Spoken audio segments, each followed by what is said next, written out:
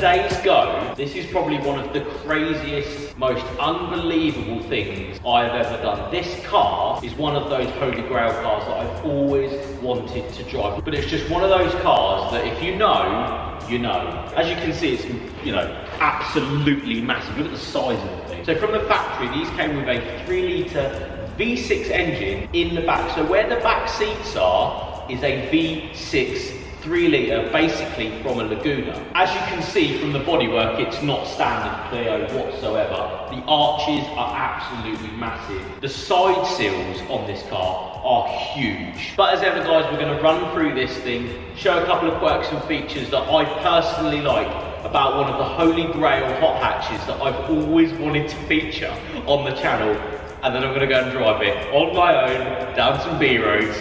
Go and enjoy it. I will say thank you so much to Hendy Performance for inviting me down to drive this car today. I literally cannot believe this is happening, but let's get on with the video. So I'm going to start off by showing you guys exactly where the engine is in this V6. So if you don't know, they're actually rear engined, would be so. If I undo both of those, they're undone. Under here, as you can see, there is another engine cover, but we have the V6 from the Laguna sat in the back of the car. Insanity, really. I mean, in 2002, when this car came out, to have a rear engine little car like this is actually mind-boggling. It's crazy. Now, although I would love to actually take the engine cover off, I'm not going to, because I respect that this car is actually for sale and I don't want to tamper with it whatsoever. But if you go on the internet and have a look at pictures, the V6 from the Laguna is underneath this engine cover. And as you can see, if I lower that back down, all of this space where the rear seats and the boot would actually be is complete engine. There's a little bit of space here to put a couple of baguettes, but that's about as far as it goes in the back. So the most insane thing I think about this car, other than the engine, is the way it looks.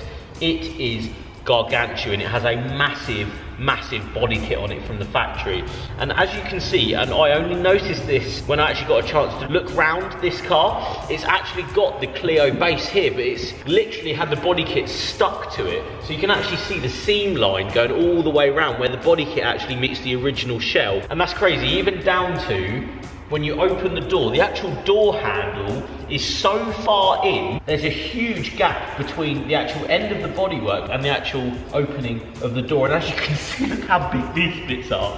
But if we go inside, the size of this kick panel here is massive. Something that you would get in Lamborghinis, Ferraris, you know, a supercar at the end of the day. This is not a hot hatch, remember. Now with the door open, it actually exposes a bit more of this part of the car, which is the air induction for the engine in the back. So these actually take the air in to the air boxes in the back. Very cool feature, and again, slapped to the side of the car. As you can see, this is actually a shell of a normal Clio, but how much Renault actually put here and here, like the width, insane. So this angle says a lot as well. The original headlights for Clio here, you can see, but look how far between here, the edge of the headlight, and the actual end of the arch. It's absolutely massive. Now, it isn't all just body kit, this car is actually 110 millimeters wider at the front and 138 millimeters wider at the rear, with the bodywork being 171 millimeters wide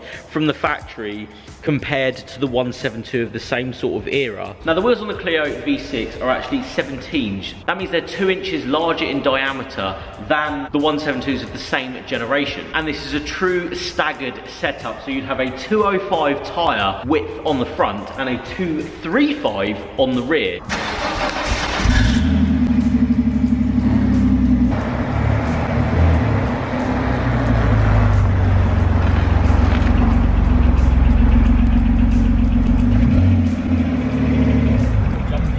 Clio V6. I'm going to take you guys from Hendy Performance. What we're going to do is we're going to go for a little drive in this thing. I'm going to take it down some roads, but I'm going to take you guys the whole way, so I want to experience as you experience this Clio V6. I can't believe I'm saying that out loud. I've always wanted to drive one of these. It's just one of those cars. It's so weird starting this car up because you don't really get a V6 sound in anything small like this, and then you realise it's behind your head. So I can actually hear, as we started this thing up, it suck right here next to my ear, and it's like such a weird experience. It's funny because I've owned V6s in the past that sound like this, and these are what, 227 brake horsepower from the factory. Again, I'm going to say I've always wanted to drive one of these. There actually was a blue one that had French registered plates on it. It was a left-hand drive one that used to drive around every summer from where I'm from, and I was in awe every time I saw it because it was just this swollen Clio going down the road. And then I found out it had a V6 in it, and then I found out it was in the back of the car.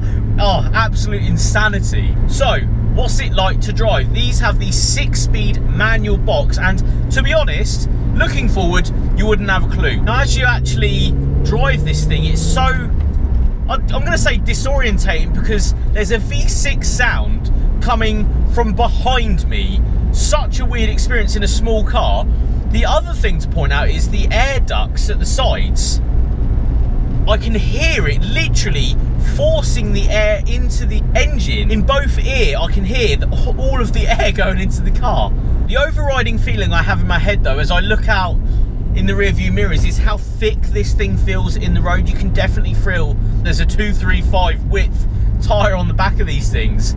Just the track and how it actually handles a bump, and the way it's positioned in the road from the driver's seat is really special. It feels wide, it feels secure.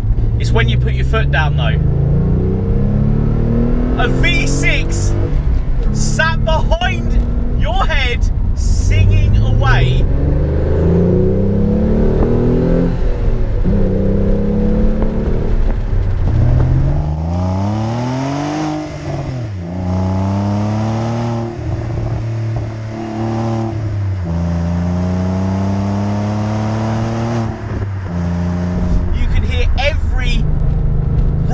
Induction, you can hear every shift down. Now, when I think Clio V6, I think it is a masterpiece of engineering that probably no one really knows about, which is a huge shame, because this car, from when I saw it when I was, you know, a little bit younger, we're going back 16 years now, when I first saw one of these. Now, they say don't meet your heroes, and this was one of the hero hot hatches of my youth.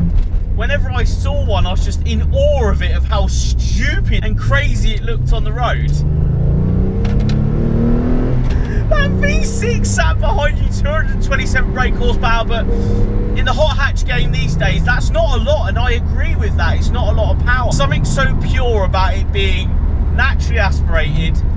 Weird that it comes behind your head. Every time I come on, I think it's going to come from the front end, but it doesn't. It comes from the rear.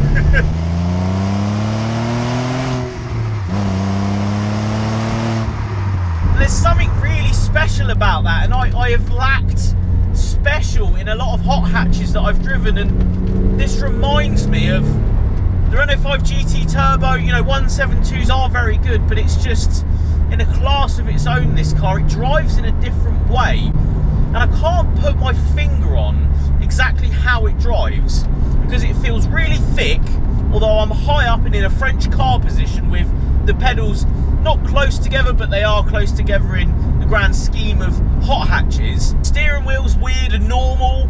Everything is pretty normal around me, and then you look behind you and there's like a big engine cover and an engine, and there's even a little bit of cargo space here, so you've got a cargo net with speakers in it. It's just the feel of driving. It's hard to explain, and if you've driven one, I think you'd get it, but it drives like a big car with a big engine. The ratio of the gearbox is lovely as well. It's proper notchy. So Avera, this car, but it's different in every way.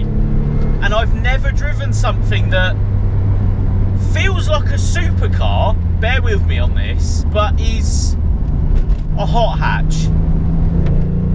With the layout, with the looks, with the idea that the engine is roaring behind you, it is a supercar, but a hot hatch.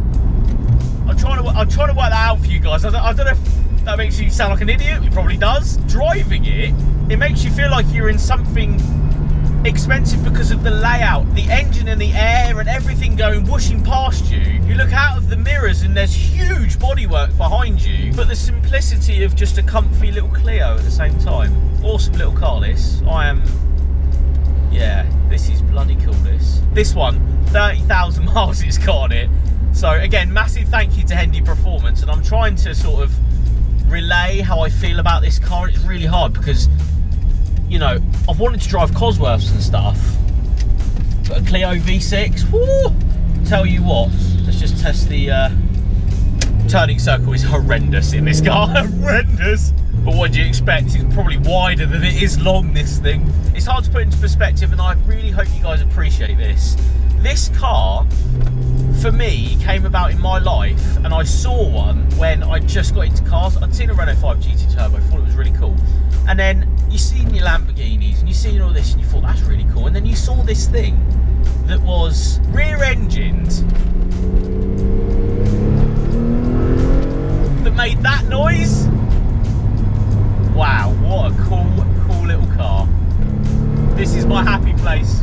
Just like the Renault 5, this is my happy place.